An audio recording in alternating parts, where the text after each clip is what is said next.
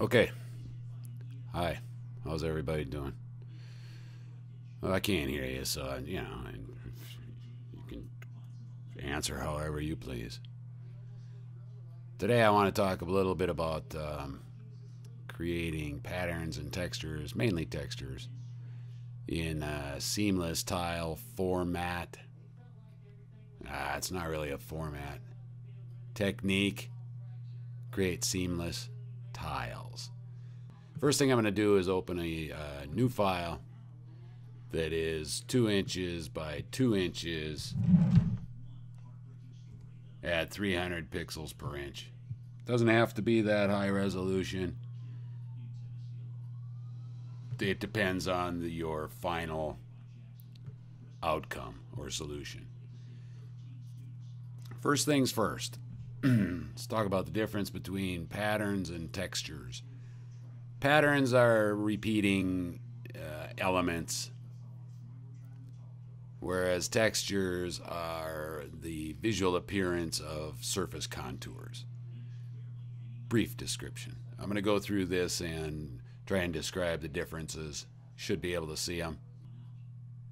I'm going to start this by filling this area with just a color. Any color will do. And then I'm just going to apply some, in this case, I'll just do some polka dots. And you'll notice when I do this that I'm not breaking the edge of the frame here.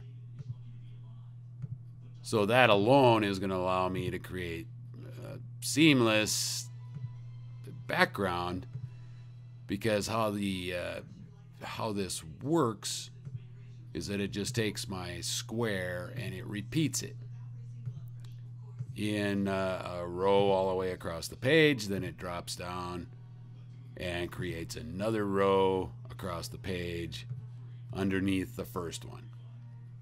So at its simplest form, I can take this square and fill a larger area with these polka dots. To do that, I need to first define this as a pattern. So I'm going to go to Edit, Define Pattern, and I'll give it a name.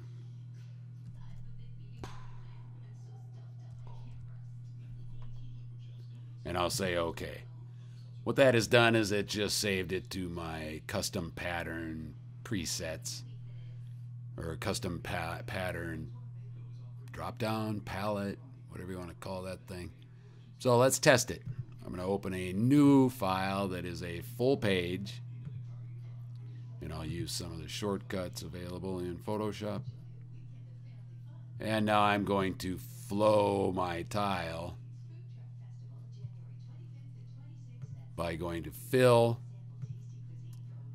and in my contents box I can get the drop down and find Pattern, and then I can go into my custom patterns, and there's my polka. I should have done brown. I could have called it mocha polka. And when I say OK, you'll see that it just repeats my tile over and over again. And what I'll do is I'll just drag my tile in here so you can see what I mean. I need to find it. There it is.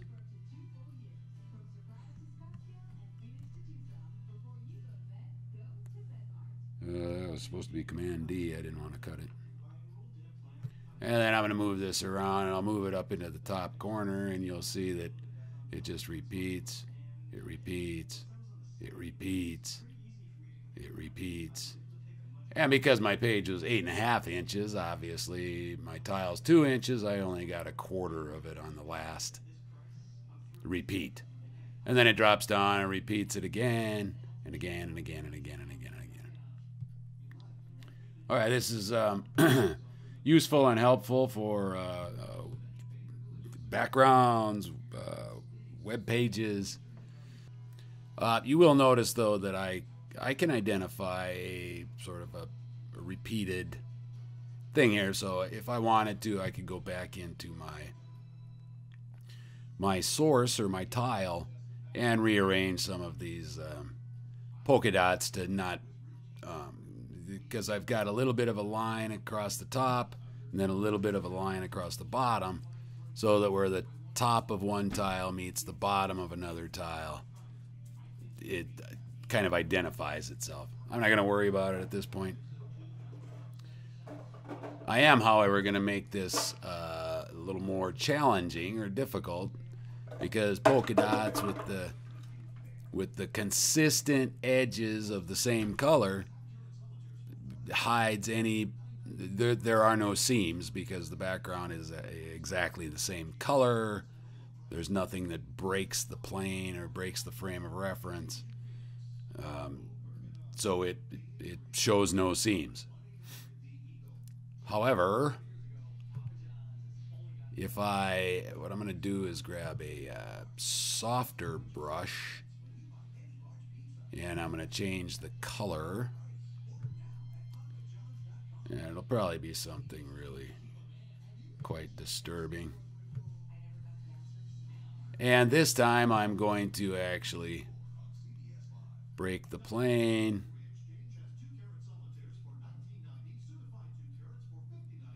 And make this a bit more of a challenge. Now, at this state, if I define this as a pattern, and I'm not going to name it for speed's sake, and I go back to my full page,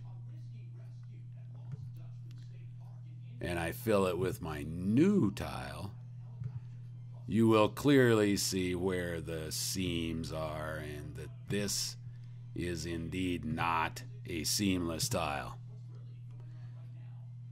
It's a repeated pattern, and if you made a patchwork quilt that looked like this, you might sell 3, maybe 4. So it's not working for me. So what I need to do is I need to alter my original tile. I'm going to do that in a filter called the offset filter. It's under filter, other, and then I go to the pop out and down to offset. Now, in the offset filter, I have a control panel. And I want to point out that right here I'm in pixels. What my goal is to split my tile in half, both horizontally and vertically. So I'm going to use 300 pixels. That was 300 pixels. I'm sitting here in the dark, and I can't see this at all. Sounds weird, huh? Anyway, 300 pixels vertical and horizontal. Now, the reason I chose 300 pixels is because my overall file size was 2 inches by 2 inches at 300 pixels per inch. That gives me a total of 600 pixels across, 600 pixels high. So, half of that is 300 and 300. And I'm going to leave this on wraparound. What this is doing is it is giving me a view. And let me drag this over onto my full page again. It gives me a view of where these tiles intersect each other. So what it's essentially mimicking is the area where my tiles meet each other. I hope that makes sense. So in that, or I should say that being the case, my mission here is to simply hide the seams. My overall design will change because I have to modify it to hide those aforementioned seams. So what I'm going to do is I'm just going to clean up and just literally hide my seams. And I can take as much time as I want to clean this up. I'm not going to spend too much time on it because this is demonstration purposes only.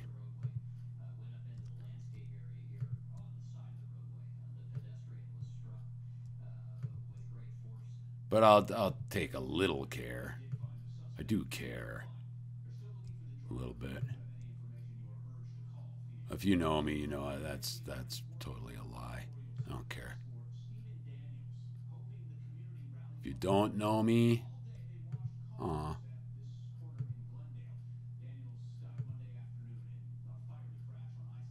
it's okay. I'll live without knowing you. You live without knowing me. We'll be perfectly happy.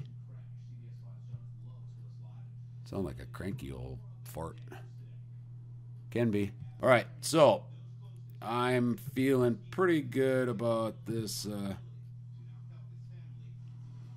this repair. I actually took a little more care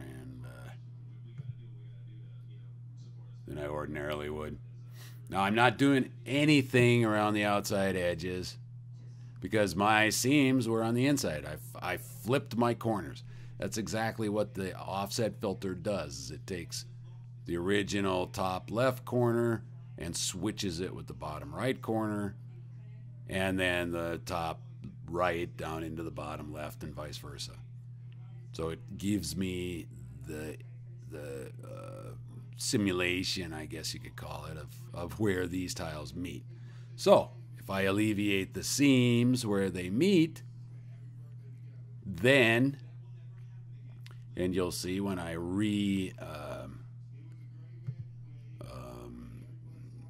redefine this as a pattern, that we're going to be all like groovy, baby. So once again, I'm going to go to edit and define pattern. This time I can give it, polka dot 2, pretend that's what I called it. Then I'll go back to my full page again. Once again, I'm going to add a new page. I'll turn that one off. And I'll fill this with my new pattern. And I'm going to say OK. And as you can see, it now has repeated itself in a fashion where I have no visible seams. I'm going to compare it to the previous. So here you can clearly see where the seams are. Here you cannot. Now the beauty of these seamless tiles, second, I gotta light my smoke again. The beauty of these seamless tiles is now I can use that pattern tile in other areas. And in this case, I'm going to use it again as a basis for texture in my existing page here. Now to do that, one of the access points is through the layer effects, or the layer styles. So if I go down into the bottom of the layer palette and click my little FX, I'm going to go to Bevel and Emboss. And you're saying, what? Bevel and Emboss? That doesn't make any sense. I don't want to bevel and emboss it. Well, when I get there, you'll see that under Bevel and Emboss, there is a subcategory called Texture. Meh. So I'm going to click on the word Texture. That checks the checkbox to activate it, but it also takes me to the texture control. In other words, if I'll show you on Inner Shadow. If I just check the checkbox, you'll see that it gives me a little bit of inner shadow, but my control panel stayed at texture. However, if I click the word inner shadow, okay, it's words, I get that. The words inner shadow, it takes me to the control panel, and it also activates the effect. All right, so back to texture. Now, in here you'll see, you may recognize the pattern box. Well, I'm going to click here, and hey, there's those tiles I made. So I'm going to click my newest one. And what I get is a grayscale representation. It's reading the composite channel of that particular thing, because all it wants to do is judge the grays. So the lighter the gray, the higher the position or lower the position, depending upon which way you go with it. The darker the gray, the lower or higher.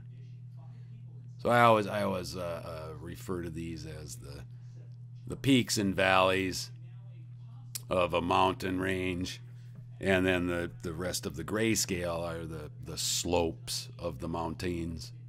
So here I can use it as texture, and I can increase the depth. Or if I go the other way, then it treats the lighter colors as light grays as high, dark grays as low. This way it's the opposite. So I can bump it up, or I can smush it down, kind of like down. And I've kept the scale at 100%, so I'm actually adding texture to my pattern by using that same pattern to create my texture. Haha! Yeah. I just blew your mind. No, I just confused you. Difference. Now, I can also, because these are seamless, if I change the scale, I can add a unique texture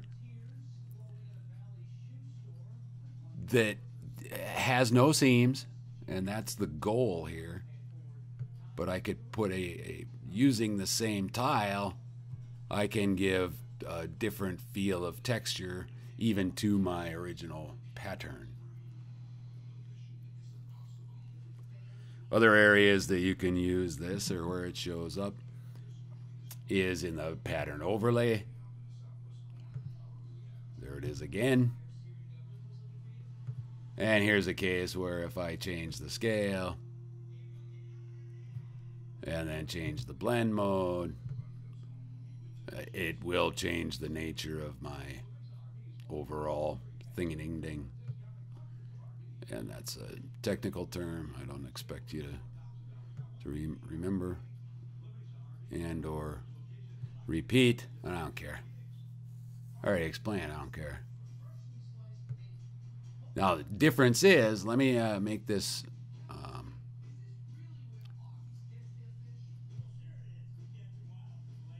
I'm going to go back to my texture, and I'm actually going to make that a little smaller. I want to make it more pronounced so you can see that if I change my tile to the previous one, you know, I'm also going to get my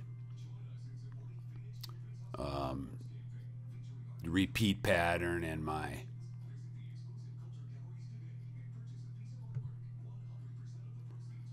you'll be able to identify where the seams are. Like here, you can see the lines that screw me up here.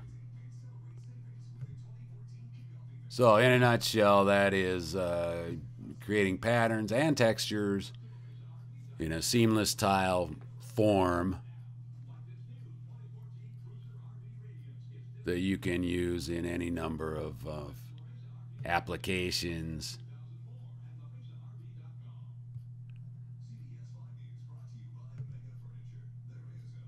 And you can have your own pattern tile fun.